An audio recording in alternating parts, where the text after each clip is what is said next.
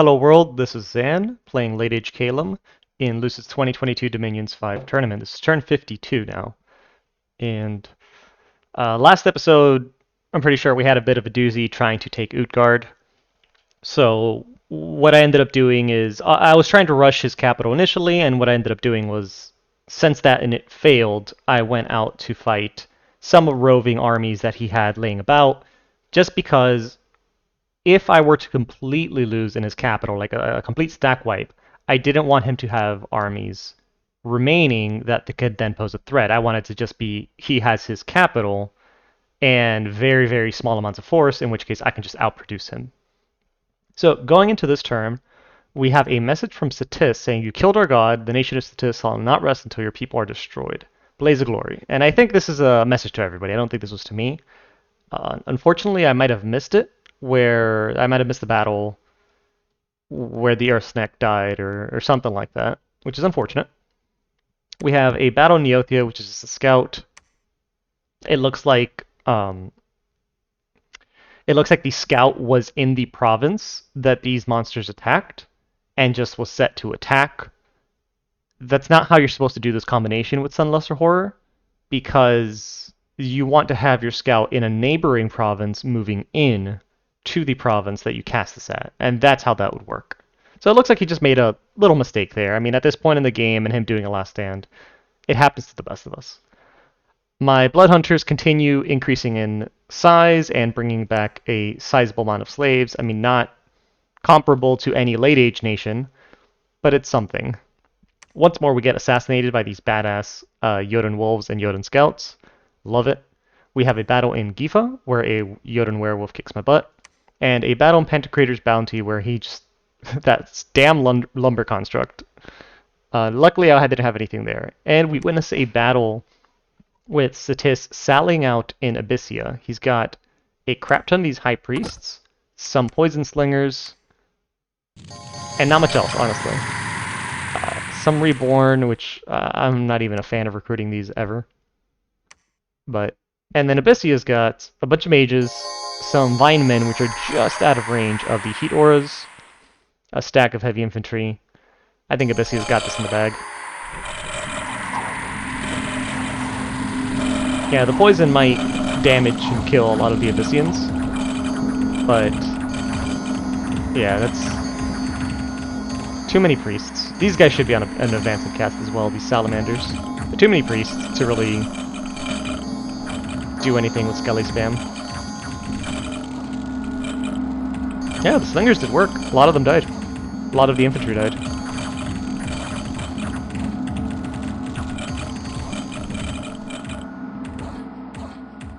You know, this was closer than I thought it was going to be. I'm surprised. Good job, Satis. You took out, yeah, a ton of their heavy infantry, the Vinemen mercs. But yeah, losing the 17 heavy infantry, I guess that's something.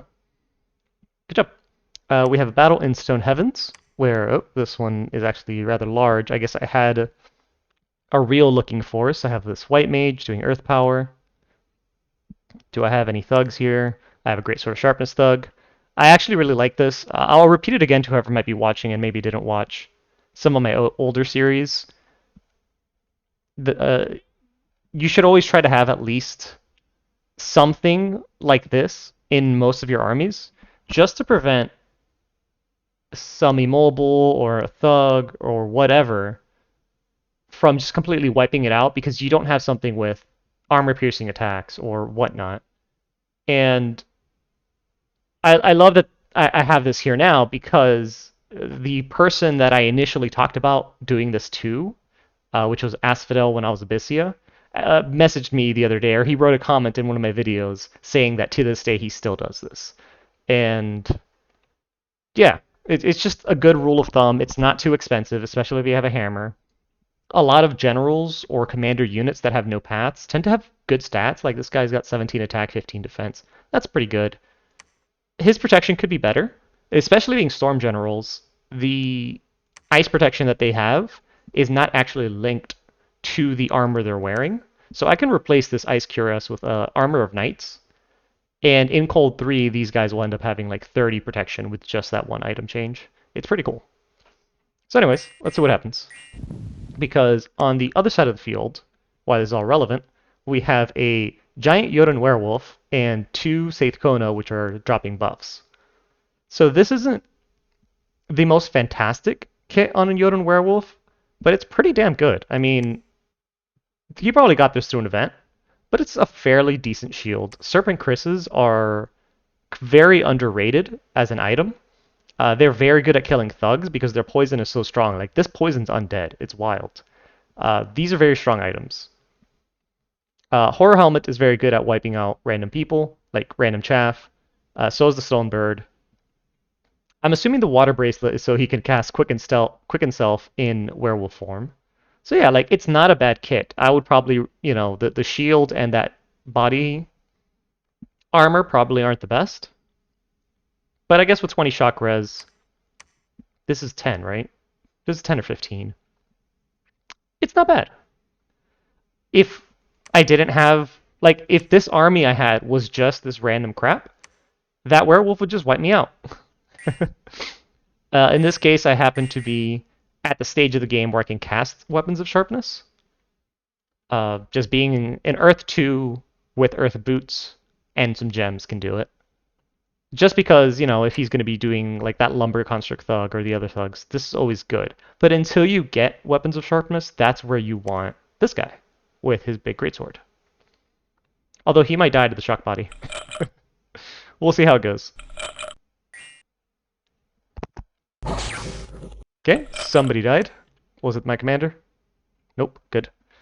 The one bad, and I'll have this run in the meantime while I talk. The one issue with the Great Sword of Sharpness Thug, or just having one of them, for example, is there's no guarantee that you'll ever get them to meet that enemy target, that hard target, the Thug, the super combatant. It's difficult for them to actually, meet in the middle and have the right weapon swinging at him. In this case, he did manage to do it, but he's in front of him. And being in front of a Thug, especially one with a Serpent Chris like that and all these attacks, is not where you want to be, because now he can also get clapped back. So, thankfully we can have some dude get in the square with him, but since he got hit here by the Serpent Chris, look at all that poison damage. He's dead. He's dead, he just doesn't know it yet. It's unfortunate. But he got a few good hits in, and now with everyone else hitting him with Weapons of Sharpness, it should be enough. Body Ethereal wasn't too useful here. Everyone's got magic weapons.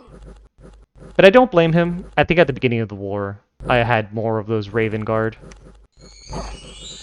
Here's an Air Elemental on my side just to make sure that I don't get killed by a Thug.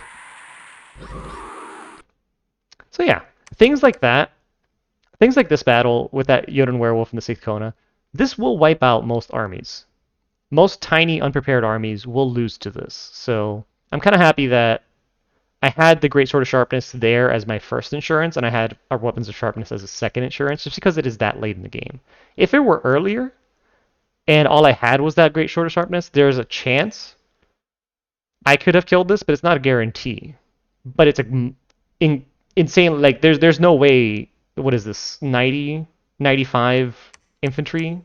There's no way they kill that werewolf without the Weapons of Sharpness or the Great Sword of Sharpness that I had added to this army. So, very, very long tangent, but I feel it's very useful to a lot of people just to pick up some of my better habits. I make a crap ton of mistakes all over, but I think this is one that I stand by and I think everyone should do, is just have some sort of answer in case the enemy decides to do something like this. Especially because this guy had like 30, 40, 50 gems worth of items on him. And then on top of that, that's 3 mages. So, pretty good. In Utgard, I just kind of ping inside.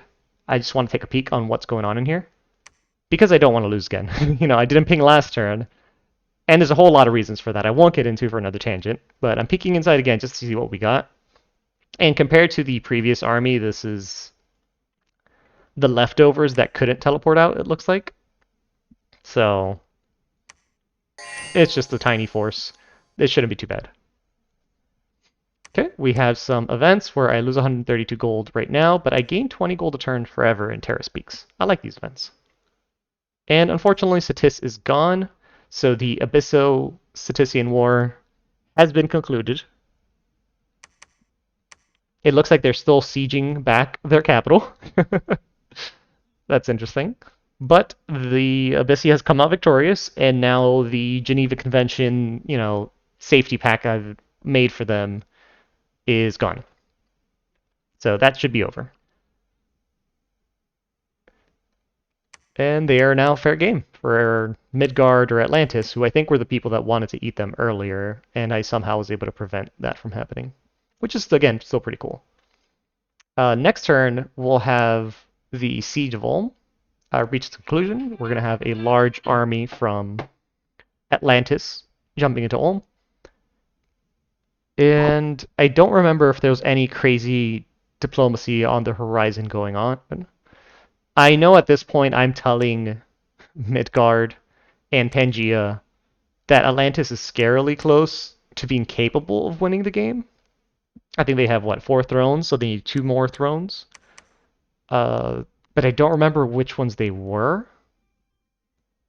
I know that over here, Atlantis is very close to this Wasteland throne. And then over here, this throne here at Bogaton, Atlantis can sail to it from any of these 3 provinces, which is terrifyingly close. Like, he doesn't have to walk up to it through all this stuff. He can just go into this forest, which Midgard might not have vision over. Like, if you're Atlantis and planning this, maybe patrol your capital and here, maybe some surrounding provinces. Get a big army in this forest and just sail over, and surprise! So there's a very real possibility that Atlantis could win, and I think I was trying to point that out to some people, and that's one of the reasons I was fighting Atlantis earlier, because I think they were going to have an easier job of throne rushing potentially in the future compared to some of the other nations. I won't spoil what the responses were.